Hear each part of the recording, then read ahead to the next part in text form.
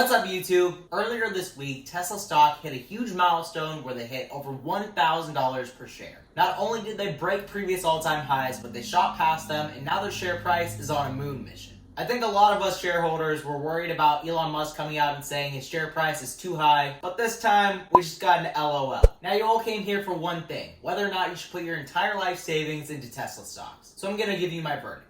I'll go over a few key points of why their stock was worth over $1,000, how their share price could potentially fall from these all-time highs, and finally, the moneymaker, my personal strategy on Tesla moving forward.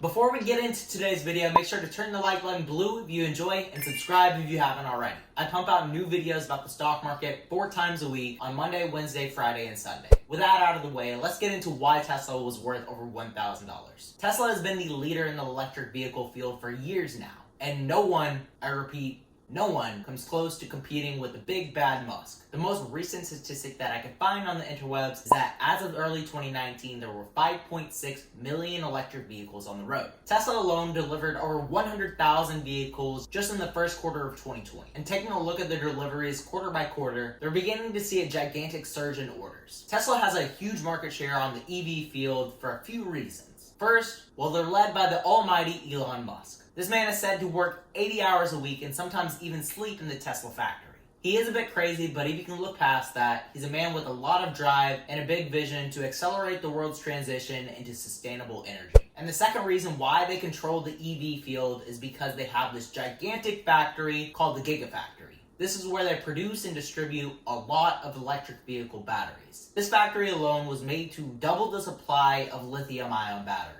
And finally, my last reason why they're so big in the EV field is because of their ecosystem. Just like with every other great tech company, they have an entire ecosystem surrounding their products. Here, just take a look at this glorious picture. You got the car, you got the power wall that supplies electricity to your home, and you got the solar roof that feeds the battery packs the energies that they need. This is the wet dream of pretty much every Tesla owner. They're also planning on having factories that can make over 500,000 cars each year in both China as well as Germany. Of course, their production took a pretty big hit for Q1, but I think that once they have these plants up and running to the maximum capacity, they'll be able to scale up production more and more and more. Teslas are also just so sexy. Just look at them. There's a reason why the Model 3 is the best-selling luxury vehicle in the US and the 9th bestseller overall for 2019. With their self-driving capability growing better and better with each new car on the road, I think that this will attract more people into buying them. And then there's also the possibility of the Robotaxi system where you can turn your Tesla into a passive income source. Overall, I think that Tesla has a lot of room for growth, a lot of infrastructure to build, and a lot of people who want to buy their products.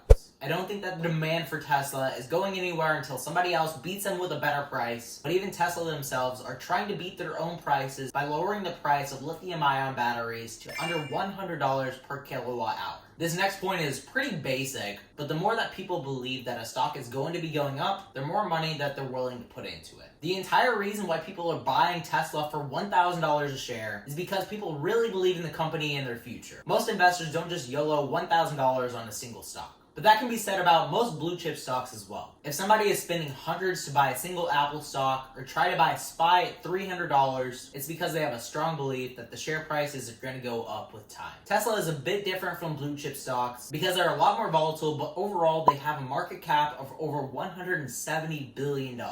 I can say with a lot of certainty that this company has positioned themselves for some exponential growth, and they'll continue to make great products that people love. Now, if Elon Musk is watching this video right now, his head is probably as big as a hot air balloon, but eventually we have to come back down to earth. The issues that I foresee with Tesla are their second quarter earnings and the number of cars that they produce and sold. According to Statista, they only saw a small decrease in production for the first quarter of 2020, but we saw a drop of over 20% in their sales, which is a bit concerning. This caused them to reduce their prices for their cars by $5,000 for the Model S and the Model X, and then $2,000 for the Model 3. Price cuts are ultimately going to hurt their profit margins, but obviously right now, not a lot of people are buying luxury cars. So this presents a huge problem for Q2. And I've said this before, I think that Q2 data is going to be worse than what most analysts are expecting. If you think about it, Q2 should be inevitably worse because the US didn't see a shutdown until the middle of March. That makes 10 weeks that the economy was still in full production mode. But Q2 started on a bad foot in the midst of the shutdown, which lasted until May, and that's a full 8 weeks of limited to zero production, and this was followed by the economy reopening very slowly. Obviously, not everyone is back to work right now, with unemployment still over 10%, and Tesla is part of this equation where they furloughed thousands of their workers for the month of May. Now, I don't know the exact numbers of how many workers return back to their factories, but I think that this lack of production and their lack of sales is really going to hurt them for Q2. Reduced second quarter earnings and missing analyst expectations could really bring Tesla's bull run to a screeching halt. They're expected to come out with their earnings report on July 22nd after hours, so mark your calendar for this event. Another event that was supposed to happen months ago was Battery Day. Of course, because of the global health crisis, this had to be canceled, so Elon decided to push this back to April. Well, now we're in June.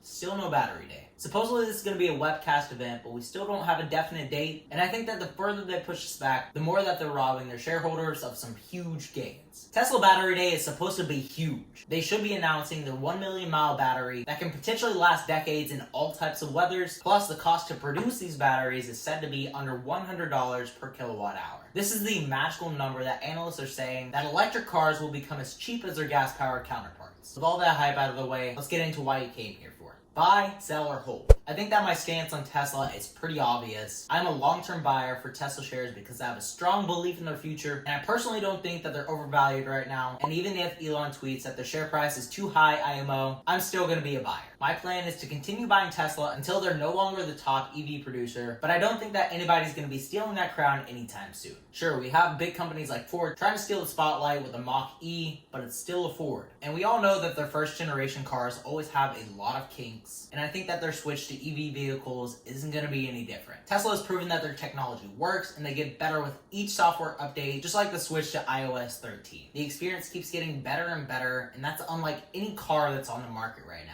As AutoPilot becomes more and more advanced, I think that more people will become comfortable with the idea of self-driving cars, and once they release the Robotaxis, it's game over for pretty much every other car maker. Now, maybe that's an overstatement, but I think that a lot of people like the idea that you can sit at home, let their car drive around, and make passive income. So with all that in mind, I'm a forever bull on Tesla, and here's my strategy moving forward. Every week I plan to put $100 into Tesla stock, so if next week they're at $1,200, I'm still going to be putting $100 into them, and if they're worth $300 next month, guess what? I'm still putting that same $100 a week into them. I've always talked about dollar cost averaging into your long-term investments, but I've never done this on a single stock, but I think that at this point, my portfolio is diversified enough to the point where I can put more money into some companies than others. And just as a side note, I post all of my trades on Discord, so if you want to keep in the know, it's the first link down in the description. Of course, Tesla is one of the most volatile stocks that's on the stock market, but I think that they have a lot of potential, especially after this financial crisis. And once they can ramp production back up and get their sales back to normal, they'll be just fine. Over the next 5 to 10 years, I think Tesla will still be the leader in EV technology, so I'm planning to hold these shares for a very long time. As long as Tesla stays on top of their game and continues to innovate with self-driving, their battery technology, and dope-ass cars, they're just bound to grow. So that wraps up today's video, guys. With all that said, remember, stay positive, stay green, catch you in the next one. Bye, guys.